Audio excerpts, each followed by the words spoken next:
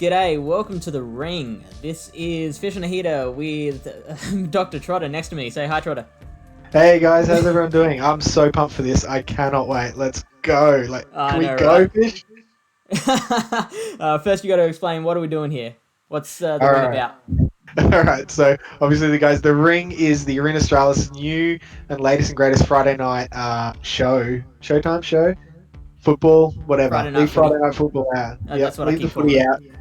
Yep. This is going to be better. This is going to be more fun. So we've got a carryover champion who's going to be battling a challenger in a different meta each week, and we hopefully it's going to be very similar to King's King on a Hill, but Yep. we're going to be weekly watching battles, and I'm pumped. Cannot wait. I've been talking about this for too long. I've been trying to keep it inside, but I Keep a can't. lid on So it. please, Fish, let us know what we got coming up tonight. All Yeah. right. Okay. So, as Trotter said, this is like a King of the Hill kind of format. But obviously, being the first one, we don't have a King of the Hill. So what we've done with our two competitors is just picked the highest ranked on the Sylph Global Arena to be the champion for this one. So our two competitors, their names are Necro51 is what I'm calling him. I always see his name on Discord and I never know how to pronounce it. That's what I'm sticking with, Necro51. And the other one is Stumpy2517. Necro Stumpy. is Stumpy. Necro is the higher ranked. Now, when I went to check their rankings, Necro, it said he was at number 33 in the world. I think that's a bit of a mistake. Because I don't know if you know, Dr. Trotter, Sylph Arena had their wildcard qualifier weekends for a last chance spot in the Continental Championships. And in one of those wildcards, the staff accidentally clicked the close tournament button about 10 times.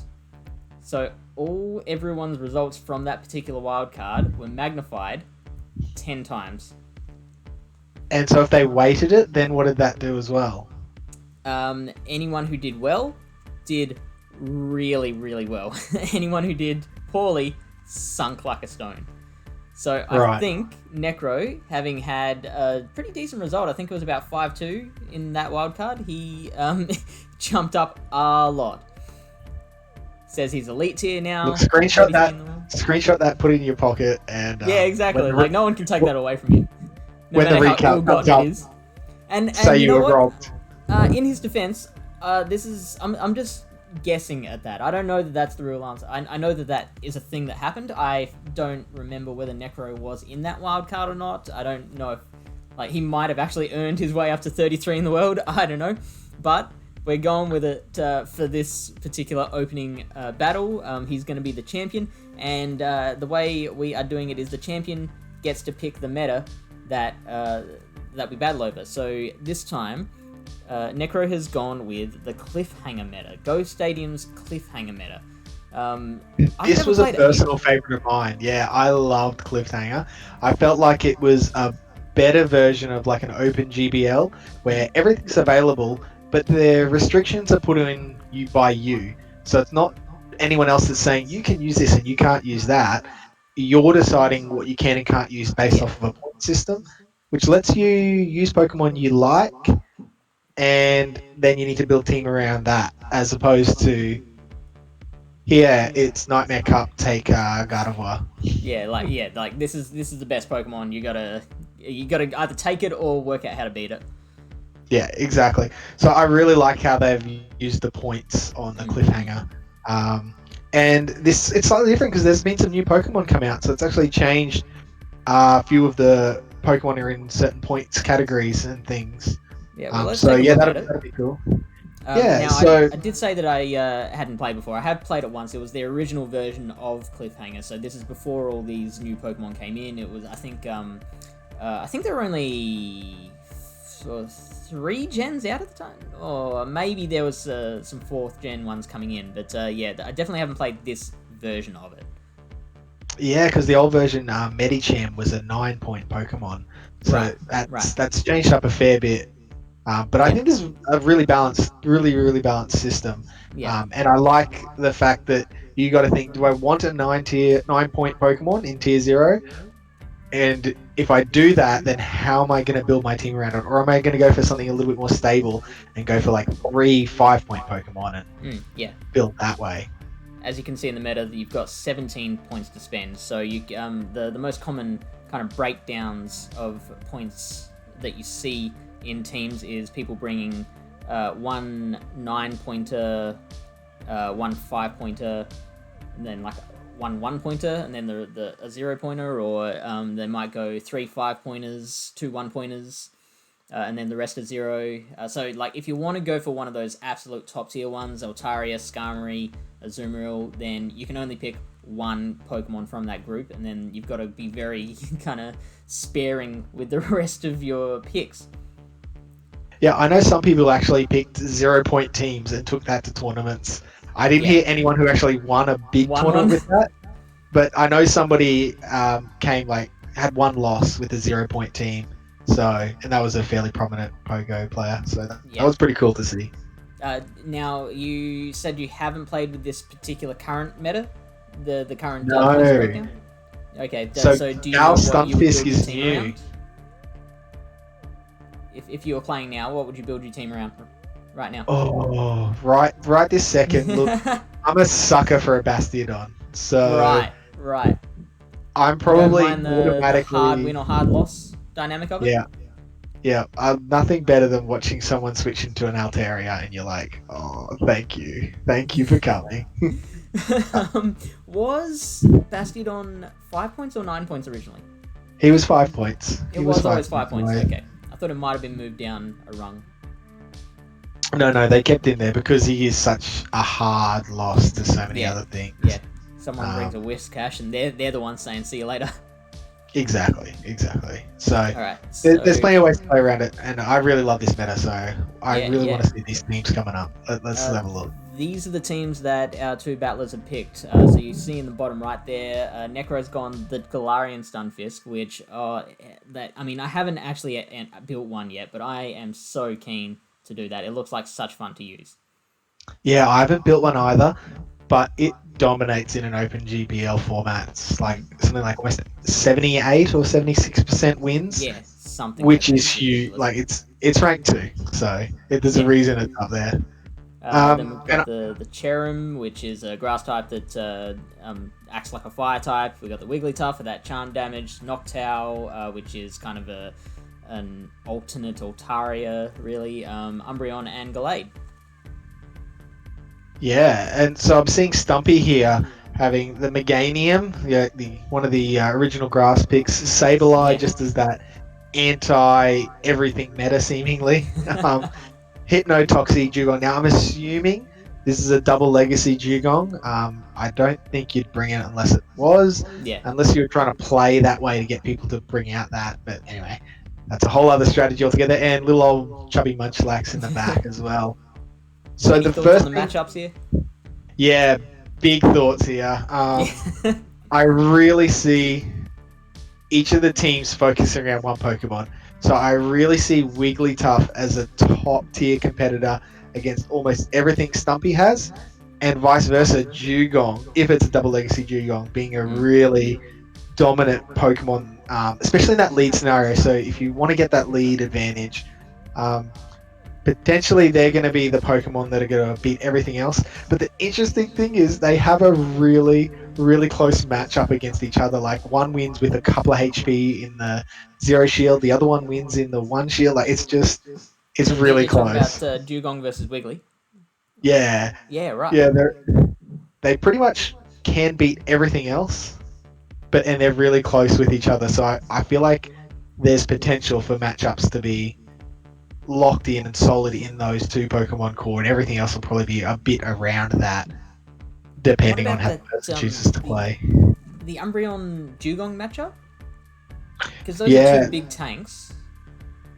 Dugong wins as long as it shields once.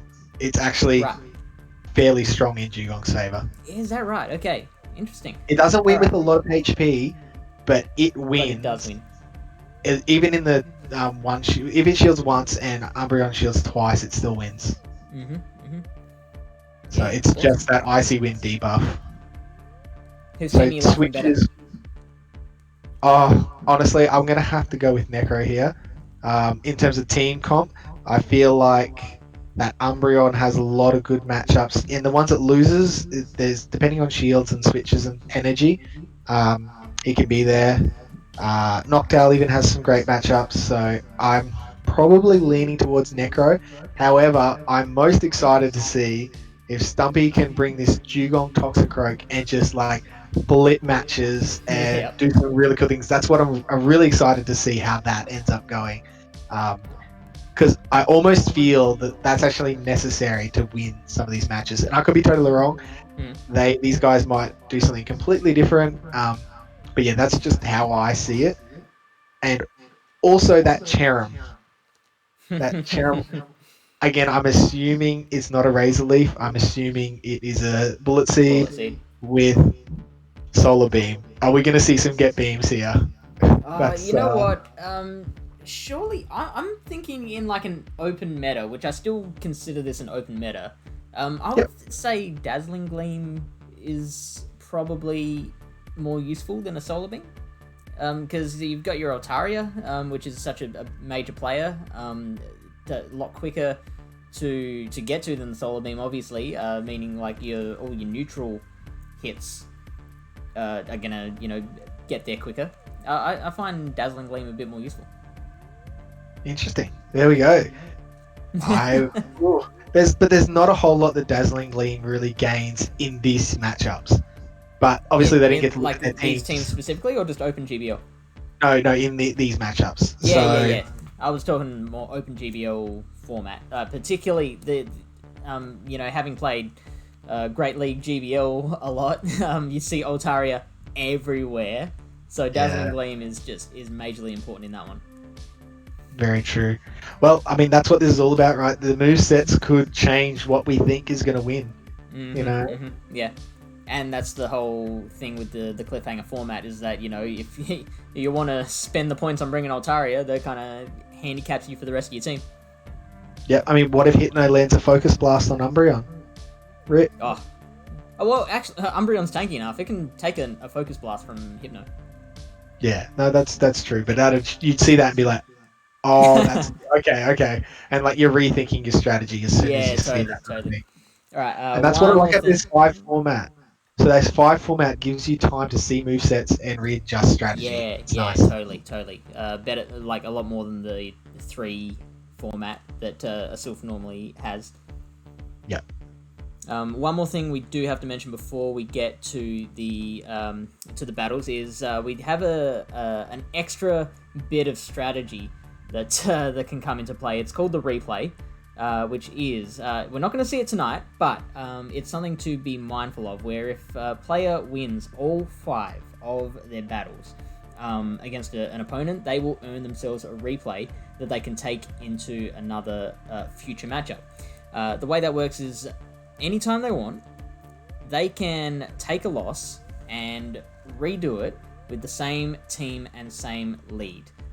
They aren't allowed to use it for a battle that would end the match. So, for example, they can use it the first time they lose, they can use it the second time they lose.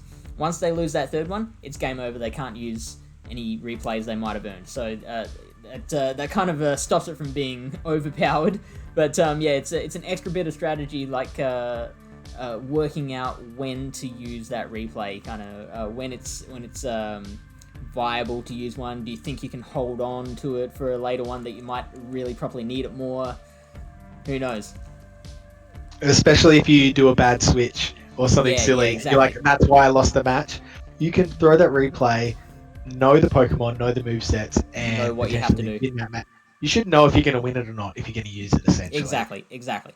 All right, let's get into it. Battle number 1. Here we go. We better take this off the screen, and let's go. Battle number 1. All right. Umbreon Foxy, Stumpy has nailed this lead, and we're straight out of there into Wigglytuff. Very quick switch. Very quick switches on both.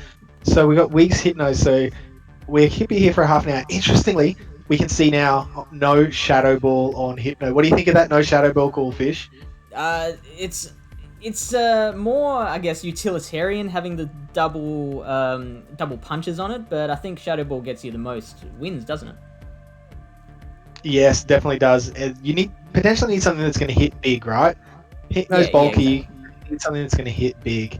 So if not and we Shadow Ball, then Focus Blast. But yeah, I mean, it certainly can get a lot of use out of the double punches, though.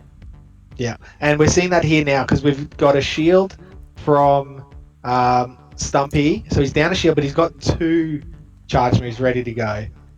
And yeah, good call. Comes in with the Umbreon. Umbreon Let's can just see. take whatever. Yeah, he's happy to see. I think he's pretty confident. No Focus Blast. Yeah. Oh, have we got an overtap there? Oh no, just gets it. Oh, that confusion takes so long to come through. So long, yeah. I and of sweat course, we're not getting another shield here. Yeah. And we can just farm down. And of course, the Toxic's going to come out and saw that coming a mile off. So a switch and then a counter switch. We got Sableye now coming up against the Noctowl. That if the Sableye lands a power gem, then that can that one shot a Noctowl? No, it can't. No? Noctowl can actually tank a power gem and still come through in baiting situations. Yeah. We get a shield anyway. And now the shield back from Stumpy. So, Stumpy is now out of shields. Necro has 1 left. I feel like this one's pretty well got... Necro's got this covered now. Now, a Sludge Bomb will actually do a whole ton of damage to Noctowl. Throw on the Power Gem, gets the shield. Which, of course, you're going to throw a Power Gem. Got nothing left to lose at this point. But definitely smart to use the shield there. Very smart. Right, but so Noctowl's got energy. Can Tox get to the Sludge Bomb? No, it can't. No, that's GG's. Oh, Stumpy had the lead. Unfortunately, just no solid answer for that Wigglytuff there, right? Yeah, that's right. So, what on Stumpy's team can he use against the Wigglytuff? Like, what is that? What's the Pokemon that can kind of shield him the most from that? Dugong and Hypno, I'll be honest. Yeah, right. So, and they're all close and potentially IV dependent as well. So, if Necro recognizes that, then he's in a very commanding position here. Pretty much. I know you're a big fan of the old safe switch, so Wigglytuff effectively can be used as a safe switch in this matchup. Like, done. Yeah, totally. All right, let's check out battle number 2. Necro 1-0 up. And we got a Galarian Stunfisk versus the Dugong. Now, this is probably like the one thing the Dugong has to really fear is the Rock Slides from G-Fisk, so gets out of there. It has Rock Slide Earthquake. Okay, interesting. Yep, that's a big oof. And we're seeing Earthquake landing. Landing really want to hold on to these shields. Only taking out half health, which is amazing. Uh-oh, Stumpy going for the Thunder Punch. That is the wrong call. Oh, Stumpy. That's a double resisted move there. Whereas Ice Punch would have been neutral. Neutral, yeah. And so we're getting another Earthquake coming in here. This is not ideal. Not good for Stumpy. And Stumpy gets through again. Stumpy doesn't have an answer. There's no answer to Stunfisk. The Trappy Fish, we're going to coin it right now, Trappy Fish. And you know what, if Necro, just brings his G-Fisk out and saves it for the Dugong. Yeah, alright, this is the matchup that I wanted to see. We got Dugong versus Wigglytuff. You'll see it should be quite even. These Icy Winds won't do a huge amount of damage, but they will reduce the amount that those charms are going to do, right? Exactly right. And it's going to force Wiggs into shielding. Both have both shields up. Are we going to see a shield though? We have no shield. No Oh, it shield. doesn't take him out. Oh, we get this second Ice Wind in. And we get the shield too. And the shield Okay. as well. So that's something from Stumpy. Still don't think this is gonna switch the matchup over. No, it definitely isn't. Sableye just gonna get charmed down. It doesn't matter. I think it's like 2 or 3 charms. As well. No, it's 2 or 3 charms and then this is all over. I didn't even realize that was his last Pokemon already. It was over that quickly. Yeah. So that is another one for Necro. That is another one to Necro. Oh, showing that Wigglytuff really is just ripping through these teams, right? And it looks like Necro has recognized that because that's 2 now that they've brought him to. Hopefully Stumpy can adjust, land the Dugong on the Wigglytuff, or actually, Tox in a late shield, Tox in a low shield situation.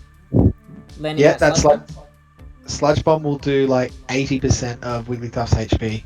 Yeah. But if Wiggly wants to use a shield at all, then Tox will have to have at least an energy lead to overcome that. Yeah, massive energy lead. Like it's got to be huge because those charms are gonna. If it has like a Sludge Bomb already charged, because Wiggly can charm down a Toxicroak in I think it's like 1.5 Sludge Bombs. Yeah. I do forget the poison typing of Toxicroak. Does mean those charms are actually only neutral. Yeah, they're not effective. Right. Battle number 3. Battle number 3, man. I honestly, I don't want to call it early, but I feel like Necro may be going for the 5-0 sweep. I mean, this is match point. And, this is not a good start for Necro. Has he lost all 3 leads? I think Necro's lost all 3 leads. Really? Alright, this is actually, oddly, a good matchup for Noctowl. The lick damage literally does nothing. It's just body slams. Bulldoze is completely useless here. Necro, once again, able to flip a lost lead. Stumpy, I'm just going to say it, bring Dugong every time. Bring Dugong every time. And when you win the lead, switch to Dugong. That's what you do. He can't hear you, man. But look, you got to make the best of what you got there, right? You know, I mean, hindsight's 2020. We're sitting here, we're analyzing. Yeah, of course. Going through things. You know, I spent half an hour beforehand looking at these teams. I make all the panic switches all the time. Oh, the panic switches. Oh. Alright, so we now have no Munchlax to deal with. No Munchlax. Interesting, brings in the Toxie. Yeah, so I don't mind. I don't mind it either. Yeah, go on. So I'm going to have to spend a shield, but then should be able to counter down. Yeah. And have a ton of energy. Which, as we were saying, against the Wigglytuff. Which... Oh, no. We just realized Necro hasn't brought. No. But it's 3 confusions from full health. And Toxicroak's dead on the Gallade. So... Alright, we've got a double switch out. Man, the switch is coming thick and fast. Yeah, this is going to be an unwinnable situation for Stumpy here. Oh, poor Stumpy. I feel like... Yeah, I know. I feel like this is what's going to happen to a lot of people at Continentals. There's just going to be teams that, even if you play it perfectly, you just can't beat them because the meta is potentially so wide you can't cover everything perfectly. Right. And I guess that's the challenge of these big wide metas is how do you counter everything? Can you counter everything? Well, does counter mean like beat hard? Because I feel like in those open metas, a great play is to get just Pokemon with a lot of even matchups against a lot of things. Yeah, and that's the whole don't take Bastiodon because it's either going to win hard or lose hard, right? Right. Exactly. So you want those neutral matchups, and even ones we can flip it. Like if you lose a matchup, but you can take a shield, maybe that's the best thing for you. Mm-hmm. Mm-hmm.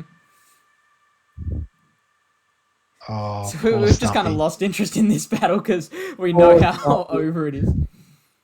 Yeah, like literally, just the way the switch times are, Stumpy. There was nothing that they could do after winning that lead, and they just didn't have the team in the back to come back from it. So Yeah. I guess Necro Necro's our remains first champion. champion. Yeah, he's the first champion. I feel Now like we they should do get have to play for a replay. So if Necro wins all 5, then he earns a replay to take into a future matchup. So let's see how battle number 4 goes. that is a big thing. That replay can really change the Oh yeah, matchup. big difference. Oh, Wow. Stumpy So deserves better than this. I mean, finally Necro wins a lead. Yeah, Wins a I feel like hard. Dugong would have been the safer switch there. I didn't see. Did he have his dugong here? Yeah, he has Dugong He and did have the Hypno. dugong. So, Yeah, um, yeah.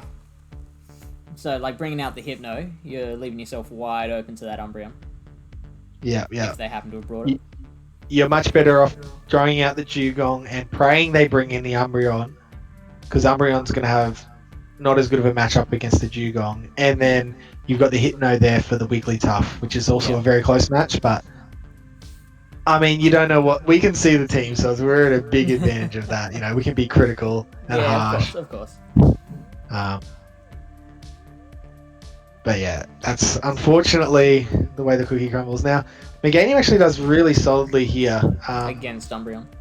against Umbreon Yeah. in a lead scenario. If there's energy and shields and things, can change up a little bit.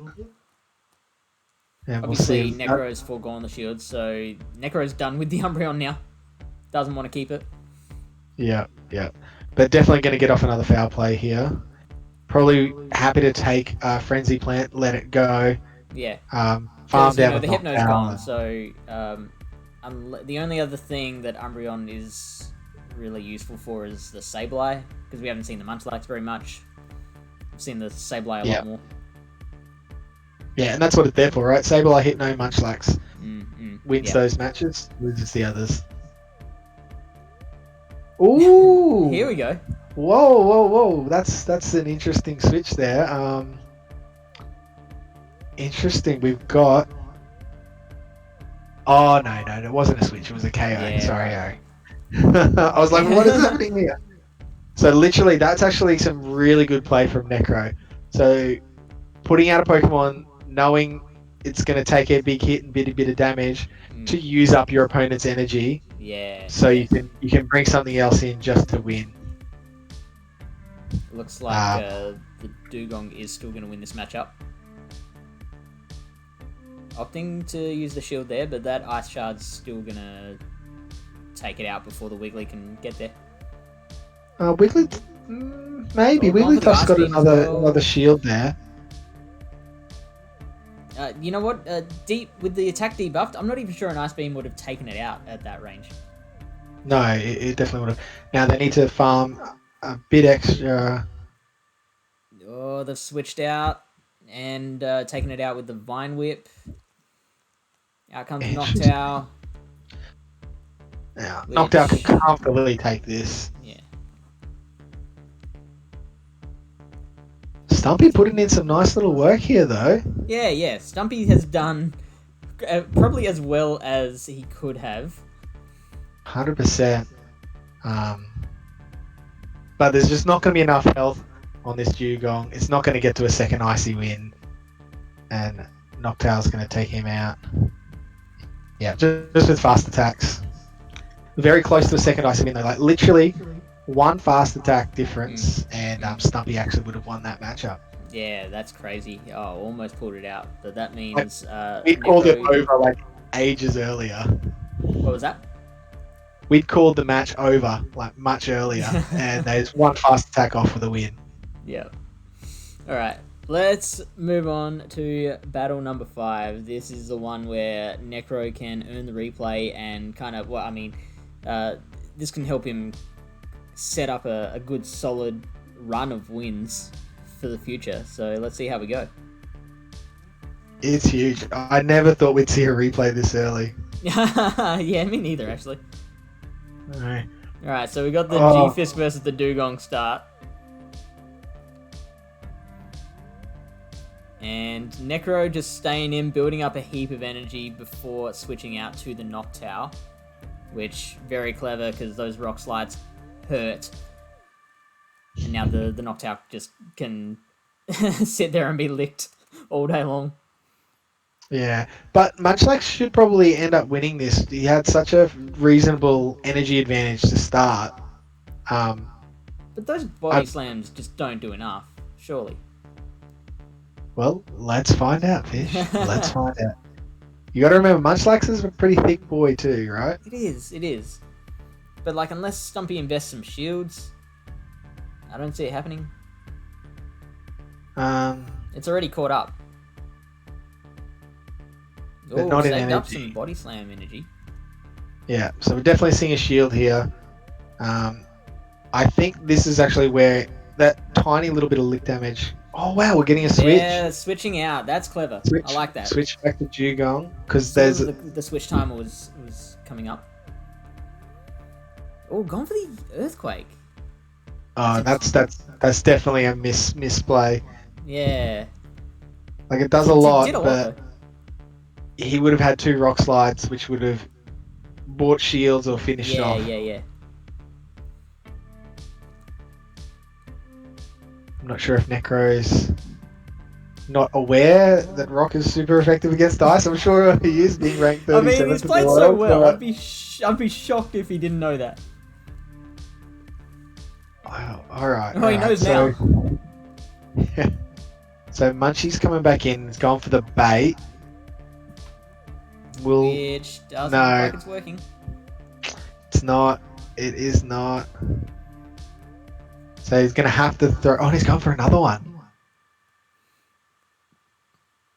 And Necro, very aware of the amount of energy. I don't know how you count licks, but he's doing it. Doing it well. I guess he just doesn't want to give up that shield advantage, right? So he's got the shield advantage. He's got one of their Pokemon down. No need to really do that. Oh, interesting. So, how long is it going to take for those Shadow Claws to bring it down? Ah, good point. Are they going to get to another wing attack? Oh, see, Stumpy panics there. Definite panic, yeah. Thought that, well, I mean, which I would have too, if I were in their position. 100%. Yeah, see, look, he did get to another Sky attack. Yeah, but if they hadn't have thrown that charge move, would another fast move have KO'd? Instead, you know? Ah, yeah, right. Wasted a turn. Mm-hmm. I mean, I still don't think it's going to change this match. Sure, Shadow Claw is going to do a lot to a Gallade, but... Yeah, not enough. Not enough. Wow, so we have a replay in potentially play for next week, right? Yeah, that's pretty sick. That is very interesting. So I'm actually quite surprised Necro not opting to go like 5 rounds of Wigglytuff. Yeah, bit of variety there, which is fantastic. Plenty of variety, and we did see Stumpy trying to do some switches, trying to make some change-ups, trying to get himself back in the battle somehow. Yeah. And this one just came down to the team comp wasn't right against their opponent. Totally. Now, do you think that it was the team comp itself, or just the way it matches up with Necro's team? Oh, it's just the way it matched up with Necro's team. Okay, sure. I don't have a massive problem with that composition at all. Not too many people are going to bring a Wigglytuff. You know, even if there was a Clefable instead of Wigglytuff, your Munchlax is going to be doing a lot better because it's not going to be getting that resisted damage from that normal typing. Sableye still going to get out correct. Yeah, any Charmer. No, not necessarily any Charmer, but yeah, Wigglytuff like, especially. Any other Charmer but Wigglytuff, the Munchlax will be able to take it out. I don't know about take it out, but do a lot better. Yeah. Yeah, definitely. And we didn't get to see the Cherem once. That's my biggest disappointment. Which is interesting because the weather ball there would have been great against the Meganium. But I guess that's all it would have been good for, really. Yeah, it does beat the Munchlax just, and it's really close matchups. So there was no need to bring the Cherem. Unfortunately, when you've got Wigglytuff and Noctowl, and Wigglytuff and Noctowl, which were the staples. Necro's team. Well, that was the ring, week number 1. How do you think that went? Oh man, I'm still got a little bit of jitters. Like, I really enjoyed it. I'm interested to see I think we get focused like, oh, Challenger Cup, cool. But every week there's going to be a different format. I'm guessing Necro potentially picked, Cliffhanger Cup, not Challenger Cup. Sorry. Cliffhanger Cup. Maybe he had really enjoyed that cup and had some real big success. And that's what, if you want to keep on top, right, you pick the ones that you're good at. Yeah, they might have been preparing for a Cliffhanger Cup like this weekend. So already had that team kind of made up, had it in mind. Ready to roll. Yeah. So that's it was kind of the benefit of being the champion, is that you just get to play to your strengths like that. Exactly. So if you watching would like to participate in the ring, there will be a link to a Discord server, Arena Australis, down in the description. Make sure you check that out and give yourself the ring role. If you can't find it, just shout out to one of the staff members. They'll be able to point you in the right direction, and we'll see you guys stepping into the ring next week. Thanks, everyone. Catch you later.